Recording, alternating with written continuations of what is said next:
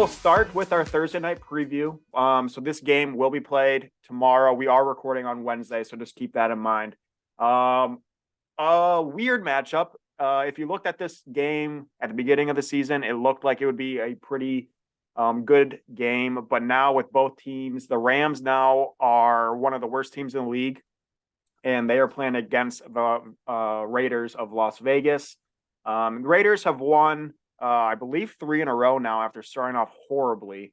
And the Rams have pretty much ended their season with Stafford and Kupp both out with injuries. As a Lions fan, again, not too upset about the Rams season going down the drain. The Lions did get the Rams pick this year in the first round for the draft. So I believe it's sitting at like 3 right now, maybe 4. I'm not sure how high up we can go, but I don't think we're going to get the one spot with the Texans playing like they are. But we will probably be rooting for the Rams' demise, which has been great this year. I'll let you take it away with this game preview to start. What are your initial thoughts? And do you have any possible bets that you're looking at? Yeah, so like you said, hope LA loses this game to keep that. It is third right now. Keep that pick alive. I believe they might be tied with Chicago, I believe. So if Chicago gets another win, they'll move up to 2. But yeah, like you said, I think that's as high as it's going to get. But as far as this game goes, it is just super weird. I mean, sitting at 6 there, it's just a weird spread. Typically, I like to play against the road team on Thursday Night Football just because short week, travel, Right. not as you lose a full day of practice and prep. But Vegas to LA is nothing. So I don't take that into consideration too much in this one. Um, Vegas actually has the third best pass defense in the league this year, which really kind of shocked me. They're coming on strong as of late. Um, and LA has the 4th best rushing defense. So I don't know if Jacobs and company are going to have the success on the ground that we've seen them have lately. Of course, I think Donald is still out. Okay.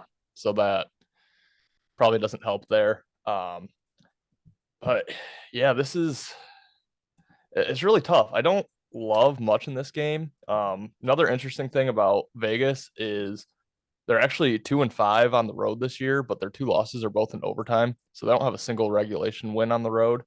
Um, LA, 2 of their 3 wins are at home.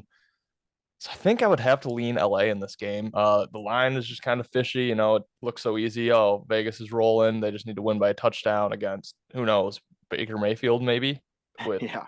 3 days to learn the offense, or John Wolford, or who knows who they're throwing out at quarterback there. I don't think it really matters. I think it's going to be a closer, tighter game. I think it stays under.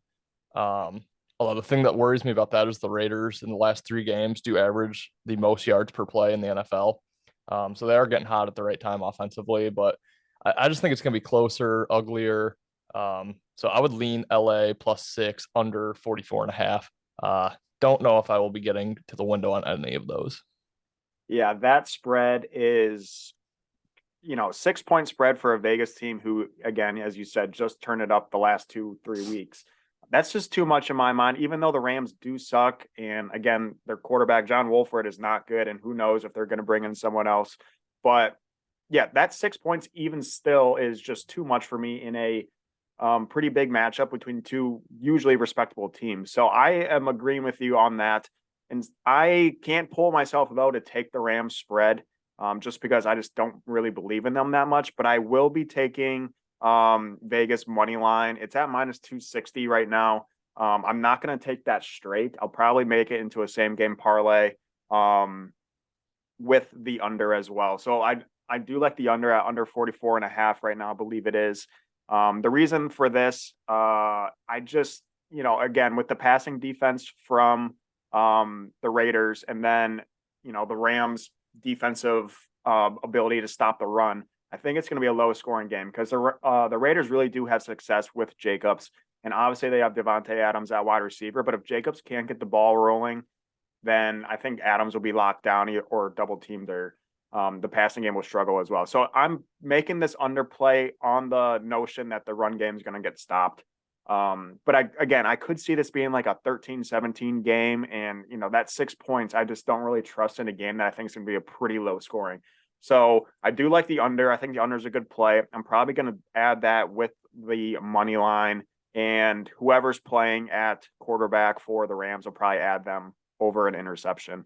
Again, I'm not sure exactly what the odds are going to be on that. It'll probably be pretty decent.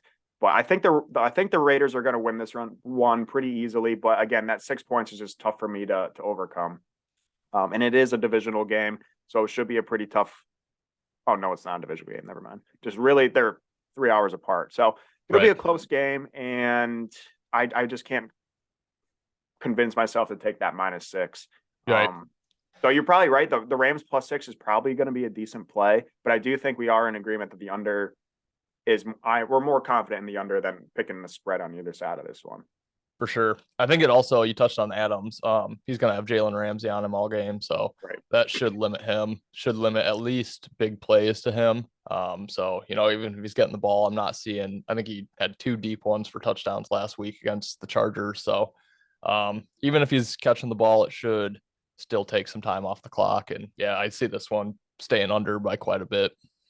Yeah, and the Raiders, I think it was 2 or 3 weeks ago, I said the Raiders were just done. Like, they're terrible, whatnot. And then they won 3 in a row. They're sitting at 5-7 right now, which is third in the AFC West. But if we talk about the wild card race, they're not in it, but they're pretty close behind. You have obviously the AFC East is a powerhouse right now. All 3 of those teams in that wild card chase in the AFC East are over the Raiders. But besides that, the Raiders are 1 game behind the Chargers, and then you do have the Bengals. So the Raiders are probably sitting at 5 or 6 in that wild card race. So not completely dead. So I think, a win here this weekend or Thursday night, a win here would really propel the Raiders into some sort of a playoff, at least hope. It's going to be a small chance, but, maybe that could make them, win or have motivation to win the last couple games of the season. So I do think Raiders pull it out. Again, I'm not trusting that 6-point spread there. Yeah, you really have to question the Rams want to win anymore anyway. As defending Super Bowl champ, this is not the season they envisioned. I can only imagine they're just ready to get to the last game of the season, pack it in, and figure out what's the move next year. So, yeah, it's tough on the spread. Yeah, and it is unfortunate to see a team like that. I did like the Rams. I liked Stafford. I really like Aaron Donald. I hate Jalen Ramsey, but I do like Aaron Donald. And it's just a little disappointing. Donald's probably done after this year. He was debating even coming back. Probably one of the best interior D linemen to ever play the game. Stafford will just always have a place in our hearts from Detroit. He's getting up there too in age. So I don't know. The time of the Rams' success might be coming to an end. After not having a first-round pick for however many years, that really is going to catch up and bite you in the butt. And it looks like that's happening quicker than a lot of people were thinking. So they're in a rebuild stage.